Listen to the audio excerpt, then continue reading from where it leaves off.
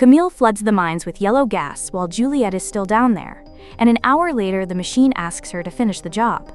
But the moment worth arguing about is not the kill order, it is the option the machine had ready and refused to use. The algorithm sits on a drug that makes people forget, the quietest weapon this silo has ever had, and it reached for extermination instead. Graham Yost's Apple TV Plus adaptation is steering Hugh Howey's books toward a planned 4-season ending, so a choice like that is never an accident. So why does the algorithm want Juliette dead instead of drugged?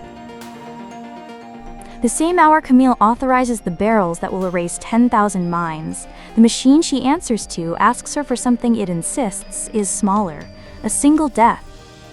That trade sounds like mercy, and what you missed is that it is rigged, because the alternative it claims to replace is already rolling toward filtration. Juliette Nichols lies unconscious under strict medical watch, poisoned by gas that Camille ordered released. Camille stands alone in the vault while the algorithm reads out her record, the lies she has told it, the chance to kill Juliette that she refused to take. Then it lays out the arithmetic: remove one existential threat, and the remaining 10,000 get to survive. And Camille, the woman who once had the gun and let Juliette walk away, accepts. Which leaves the only question that matters this week: why does a machine holding a proven, working forgetting drug want its most famous patient dead instead of dosed? The pills exist, the barrels exist, and it chooses a corpse. The answer gets loaded across the whole hour, in a spat-out pill, a pest control order, and a body that has no business being in the mines. Before the vault scene can mean anything, you need the facts the first act stacks up, and 2 of them are confessions nobody flags as confessions. Juliette's morning starts with Amy checking her pulse and asking about her sleep, which is not healthcare, it is quality control. The moment she is alone, Juliette spits out her vitamin D+, a forgetting drug named after the sunshine vitamin, prescribed to people who will never see the sun. Amy reports these spitting up the chain, offers to double the dose, and is told to keep doing what she is doing. Clock that, because the machine will. The surveillance works perfectly, and the softness of whoever gave that answer is now on the record. Camille then walks into the vault and tries to bargain, arguing that following Juliette's hunt for Lucas Kyle could confirm his death and lure Patrick Kennedy out, and that then they may not need the vitamin D+ at all. The algorithm's reply is the thesis of the season: 2 improbable possibilities in pursuit of a result easily achieved with 1 proven act.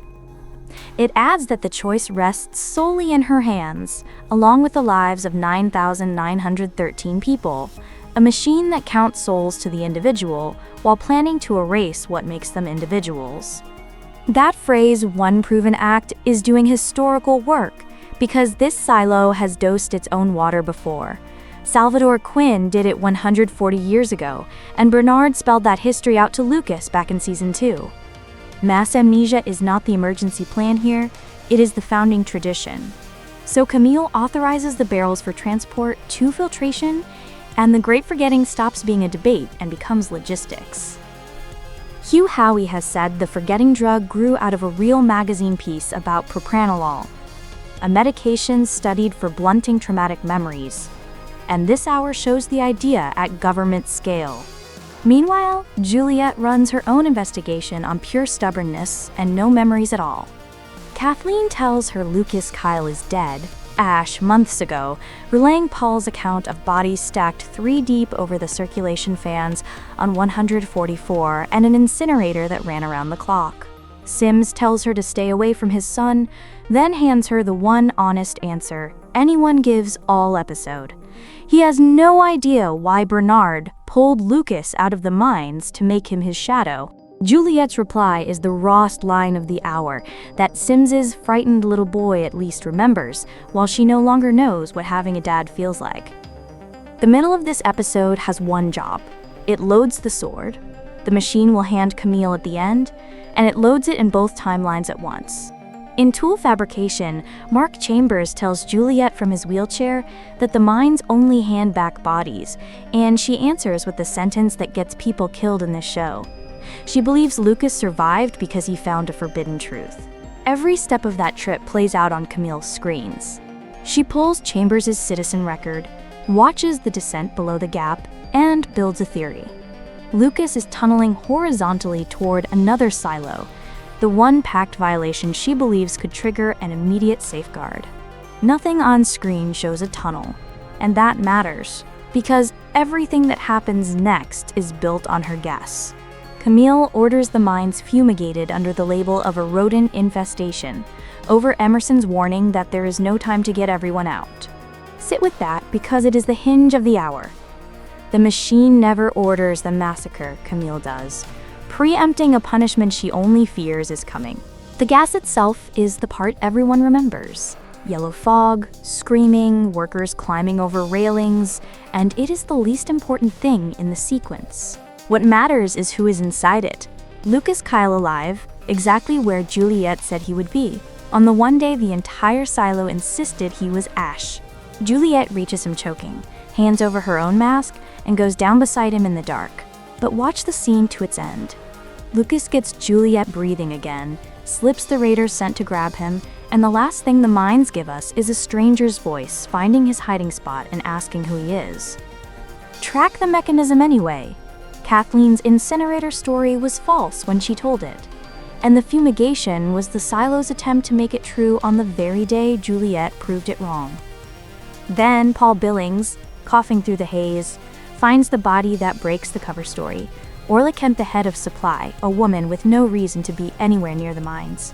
Here's what hides on first watch. Paul left the night before on a missing persons case, and Orla's family had gone a full day without hearing from her, which puts her disappearance before a single canister opened. The episode implies, without confirming, that the gas did not kill Orla, it covered her. And her sister's observation that Orla had lately seemed burdened by something is the thread the season wants you to pull. Above ground, the Before Times run the same playbook in street clothes. Alameda tells Daniel that the squadron's radios were swapped for unencrypted, discontinued models right before the Iran mission, and the only surviving copy of what they broadcast is a cassette in a dark web hermit's drawer, because the 20 seconds that surfaced from Moldova were taken down in under 5 minutes. For the book readers, the Before Times thread is the show walking into Shift, the middle novel, and Daniel Keene is the book's Donald with a new first name. Readers know what waits at the end of the question Helen is about to ask, and the show is keeping that card face down for now. Because Helen asks the question the whole hour is built around. 4 planes, everything at the same time, what could take control like that?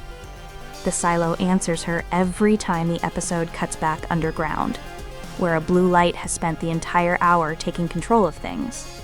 So by the time Camille walks into that vault, she is a woman who has already killed miners on her own projection, and the machine knows exactly what that makes her. 3 readings of the Death Order are worth taking seriously, and the episode grades all 3 if you watch its edges. Reading 1 is Mercy Math. The offer is exactly what it claims, 1 death instead of 10,000 erased minds. Its best evidence is right on screen. The machine names 9,913 lives, calls the silo dangerously close to a safeguard, and Camille has been preaching the same trait at home, ready to let her own son forget her if forgetting keeps him breathing. It falls apart on an absence. Nothing on screen cancels the water plan. Camille authorized those barrels before the offer was made, and no scene shows them stopping. The machine says the words without the use of vitamin D+, but a sentence is not a recall order. So Mercy Math describes the packaging, not the plan. Reading 2 says the algorithm is deleting the unpredictable.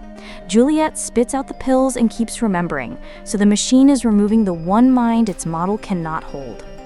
Amy catches Juliette dumping her meds 2 days running. The double dose already failed when this season opened, and the memories keep surfacing anyway.